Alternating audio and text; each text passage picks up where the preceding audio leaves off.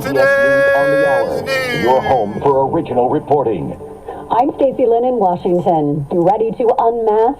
The CDC out with new guidance today about face coverings. CBS's Alexander Tin with details. CDC is changing the way it measures the risk posed by COVID-19 in communities around the country, now factoring in data from hospitals in addition to COVID case figures in determining whether places are at low, medium, or high levels of the disease.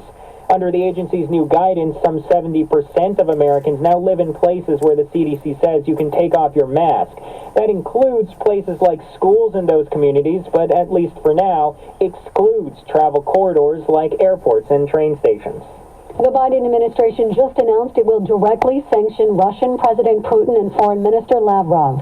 The move follows the lead of the European Union and Britain. White House Press Secretary Jen Psaki. I think what is important and what we are hoping the world takes away from this is the unity through which the United States, President Biden, is working with our European partners and allies.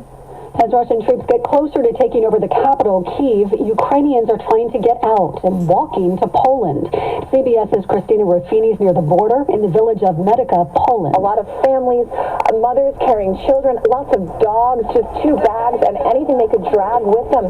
We spoke to one woman who said she and her daughter and their puppy had been walking 18 hours from Lviv, which if you think about it is incredible because just a few days ago, last week that was where the U.S. Embassy was based because they thought it was so safe. The Ukrainian railway company also announced a number of special evacuation trains to help people get out. They're running from Kyiv to the western parts of the country.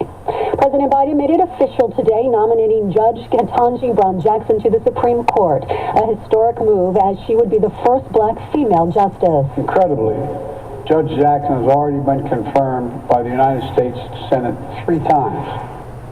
CBS News chief legal correspondent Jen Crawford says she's fully qualified for the job. As a judge on the district court and the appeals court, her colleagues that I've talked to said that she is methodical, careful, well-prepared, always well-prepared.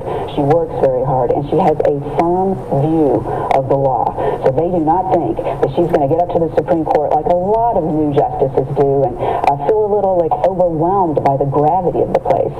If confirmed, Jackson would take the seat of retired Justice Stephen Breyer, for whom she clerked. She said she could fill his seat, but not his shoes. Despite the Ukraine invasion, stocks surged today. The Dow up 2.5%. This is CBS News. Well, that's today's news. Today's news. I didn't hear any good news, did you? I didn't think so. I guess it's all about perspective. The glass is half full.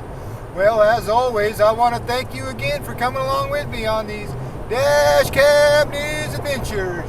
You know the drill. Peace, love, and all that hippie jazz. Bye-bye, everybody.